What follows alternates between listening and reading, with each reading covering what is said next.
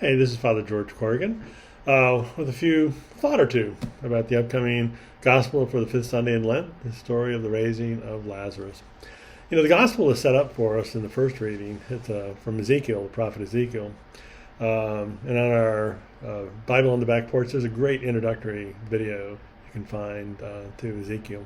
And basically, Ezekiel is a prophet for the people in the Babylon exile. You know, he thought his life was going well. You know, he's just about to turn 30, become a priest, start serving in the temple when Babylon, the first time around, captures Jerusalem and takes him into exile. But there he reveals a prophetic passion, and he has this great vision. It's called the dry bones visions, where he basically sees, in the metaphor, all of Israel is spiritualists. They've lost their way. There are these dry bones in this whole valley of dry bones. But then as God has promised, you know, to raise them from their graves, and out of the ground these dry bones rise up and become human and formed to gain new life. And so, you know, that's what in the first reading, there's this whole great story behind it when he says, and I will raise them from their graves.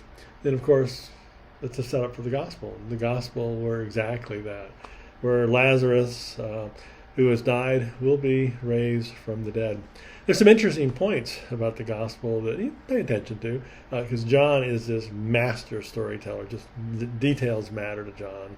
You know, Mark sort of, let's get through this. Not John. He takes his time. He's got detail.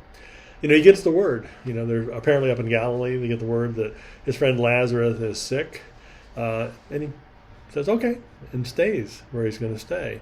And people are saying, well, shouldn't we sort of get down there? And he goes, no, you know, this illness will die, but he will not end in death. It's for the glory of God. And some of the apostles are saying, well, that's okay, that's fine. Because really, we really do not want to go down to Judea again, because Jesus, they're gunning for you. You know, they made to kill you. But no, you know, Jesus, his chin is set like flint to Jerusalem. And there's this wonderful little passage where Thomas says, and let's go with him, prepared to die. You know, doubting Thomas, this guy is all in, unlike the other apostles. He goes, Jesus is going, I'm following. It means our death, that's fine. But they know when they get there, Lazarus has been dead 4 days. And in sort of for the first century understanding, that's an important point. It was always kind of thought that the spirit would linger over the grave for about 3 days, and then that was it. There was no chance that the life would be resuscitated, and the spirit would move on to its destiny. So it's been 4 days, and now the true wailing in the morning. The mourners are all there. Martha, who was busy about many things, she's the one who runs out to meet Jesus, and this great act of faith. Well, I know if you had been here, he wouldn't have died. And Jesus says, well, I'm the resurrection, the way, and the life. We'll see. It'll turn out. He greets Martha. And then there's that point of which it's a simple line, and Jesus wept. You know, the Greek is a little bit more expansive. It basically, like, he felt like he was punched in the gut, and he wept. This incredible human experience of death, like, you know, we've all experienced this complete involvement in our humanity, and Jesus wept.